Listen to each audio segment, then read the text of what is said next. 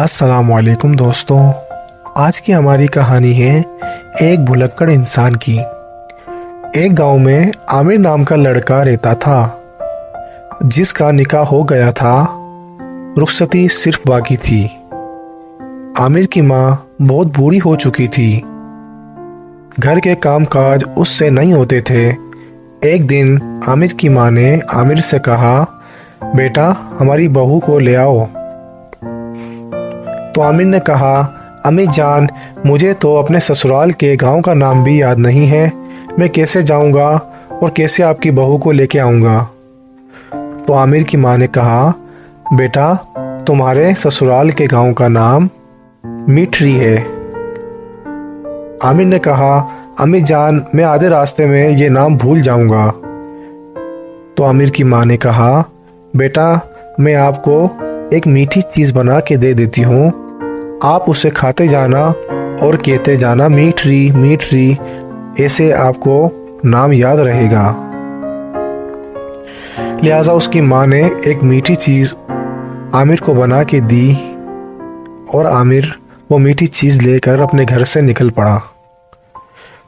वो मीठी चीज़ खाता रहता और कहता रहता मीठरी मीठरी मीठरी मीठरी। कुछ आगे गया तो उसके हाथ से वो मीठी चीज़ गिर गई। दोबारा उठाना उसने मुनासिब नहीं समझा। वो कुछ आगे तक तो कहता रहा मीठरी मीठरी मीठरी, पर जब ज़्यादा आगे गया तो वो भूल गया। तो उसने कहना शुरू कर दिया, खाचड़ी खाचड़ी खाचड़ी खाचड़ी। इत्तफाक की बात थी, वो किसी खेत से गुजर रहा था। एक किसान काफ़ी देर से चिड़ियों को उड़ा रहा था और चिड़िया उड़ नहीं रही थी। उस किसान को बहुत ज़्यादा तंग कर रही थी।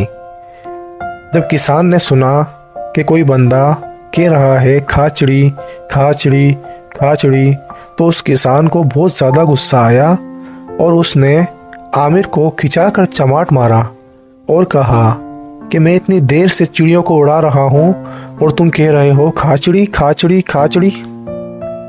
तो आमिर ने कहा, फिर मैं क्या कहूँ। तो किसान ने कहा, आप कहो उड़ चिड़ी उड़ चिड़ी उड़ चिड़ी। तो लिहाजा आमिर ने उड़ चिड़ी बोलना स्टार्ट कर दिया। कुछ आगे गया उड़ चिड़ी बोलता हुआ तो इत्तफाक से एक शिकारी चिड़ियों का शिकार कर रहा था। जब उसने सुना कि कोई बंदा उड़ चिड़ी उड़ चिड़ी उड़ चिड़ी कह रहा है तो शिकारी को बहुत ज़्यादा गुस्सा आया और उसने आमिर को खिंचाकर चमाट मारा और कहा, मैं इतनी देर से चिड़ियों का शिकार कर रहा हूँ, कोई चिड़ी आकर बैठ नहीं रही और तुम कह रहे हो उड़ चिड़ी। तो आमिर ने कहा, तो फिर मैं क्या कहूँ। तो शिकारी ने कहा, आप ये कहो, ऐसे दिन कभी ना दिखाए, ऐसे दिन कभी ना दिखाए। लिहाजा वो ये कहता हुआ आगे चल दिया, ऐसे दिन कभी ना दिखाए, ऐसे दिन कभी ना दिखाए, ऐसे दिन कभी ना दिखाए। इत्तफाक की बात थी, किसी वडेरे के यहाँ 10 साल बाद एक बेटा हुआ था। जब वडेरे के चमचों ने सुना कि कोई बंदा ऐसा कह रहा है, ऐसे दिन कभी ना दिखाए, ऐसे दिन कभी ना दिखाए, तो उसके चमचों ने आमिर को खिंचाकर चमाट मारा और कहा, हमारे साहब को 10 साल के बाद बेटा हुआ है और तुम कह रहे हो ऐसे दिन कभी ना दिखाए। तो आमिर ने कहा, तो आप बताओ मैं क्या कहूँ। तो उस चमचे ने कहा, आप ये कहो कि ऐसे दिन रोज़ दिखाए, ऐसे दिन रोज़ दिखाए, ऐसे दिन रोज़ दिखाए। लिहाजा आमिर ये बोलता हुआ आगे चल दिया, ऐसे दिन रोज़ दिखाए, ऐसे दिन रोज़ दिखाए, ऐसे दिन रोज़ दिखाए। आगे गया तो किसी वडेरे की मैयत हो गई थी। जब लोगों ने सुना कि कोई बंदा कह रहा है ऐसे दिन रोज़ दिखाए, ऐसे दिन रोज़ दिखाए, तो वडेरे के बेटे ने आमिर को खिंचाकर चमाट मारा। तो इत्तफाक से आमिर एक मिठाई की दुकान पर जा गिरा जब उसने मीठी चीज़ को देखा तो उसे याद आया उसके ससुराल के गांव का नाम तो मीठरी था। फिर उसने मिठाई वाले से पूछा, भाईजान ये मीठरी गांव किस तरफ है? तो उस मिठाई वाले ने कहा, भाई आप मीठरी गांव में ही खड़े हुए हो। तो फिर आमिर कुछ सुकून में आ गया। उसने सामने देखा तो एक तालाब था। तो तालाब में मुंह हाथ धोने के लिए गया तो देखा कि 2 गधे खुले हुए पड़े हैं। तो उसने दोनों गधों को एक जगह पर बांध दिया और मुंह हाथ धोकर अपने ससुराल की तरफ चल दिया। ससुराल पहुंचा तो दरवाज़ा खटखटाने वाला था तो उसे रोटियां थपने की आवाज़ आई। उसने सुना कि सिर्फ 3 रोटियां पकाई गई हैं। उसने दरवाज़ा खटखटाया तो उसकी सास ने दरवाज़ा खोला और उसका इस्तकबाल किया और उसे बिठाया। कुछ देर बाद खाने के लिए दस्तरखान लगवा दिया। आमिर ने एक रोटी खा ली तो उसकी सास ने कहा कि आपको और रोटी दे दूं? तो आमिर ने कहा, आपने कुल 3 रोटियां बनाई है, अगर मैं एक रोटी और खा लूँगा तो आप लोग क्या खाएंगे? तो आमिर की सास ने कहा, मेरा आमिर तो बहुत पोछा हुआ है, मेरा दामाद बहुत पोछा हुआ है, उसको तो पहले ही पता लग गया कि मैंने 3 रोटियां बनाई है। पास में एक वडेरे का घर था तो उसने सोचा कि लस्सी अपने दामाद के लिए ले आऊं।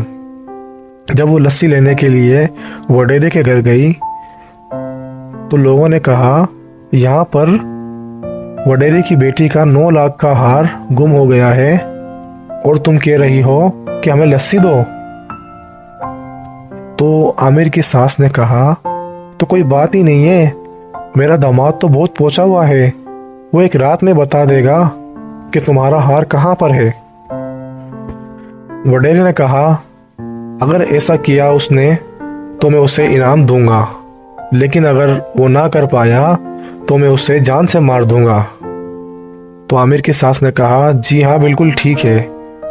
लिहाजा आमिर को बुलाया गया और कहा गया, बताओ कि वडेरे की बेटी का हार कहाँ पर है।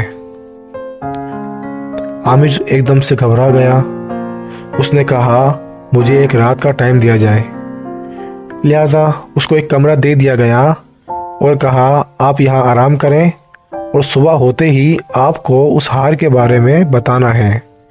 आमिर ने कहा, ठीक है, मैं आपको सुबह होते ही उस हार के बारे में बता दूंगा। आमिर को अपनी मौत का खौफ खाए जा रहा था और उसको नींद नहीं आ रही थी।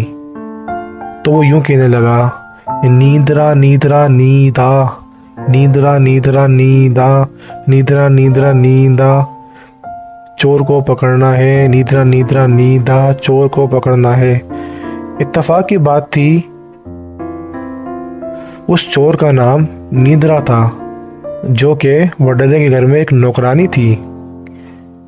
जब उसने सुना कि इसको तो मेरा नाम भी पता है, अब तो पकड़े गए, वो जल्दी से आमिर के पास कमरे में गई और कहा कि आमिर भाई देखो, मैंने ही हार चुराया है, आप बराए मेहरबानी किसी को बताना मत कि यह हार मैंने चुराया है, ये लो हार। तो आमिर ने कहा कि हार को सामने कील में टांग दो और चली जाओ।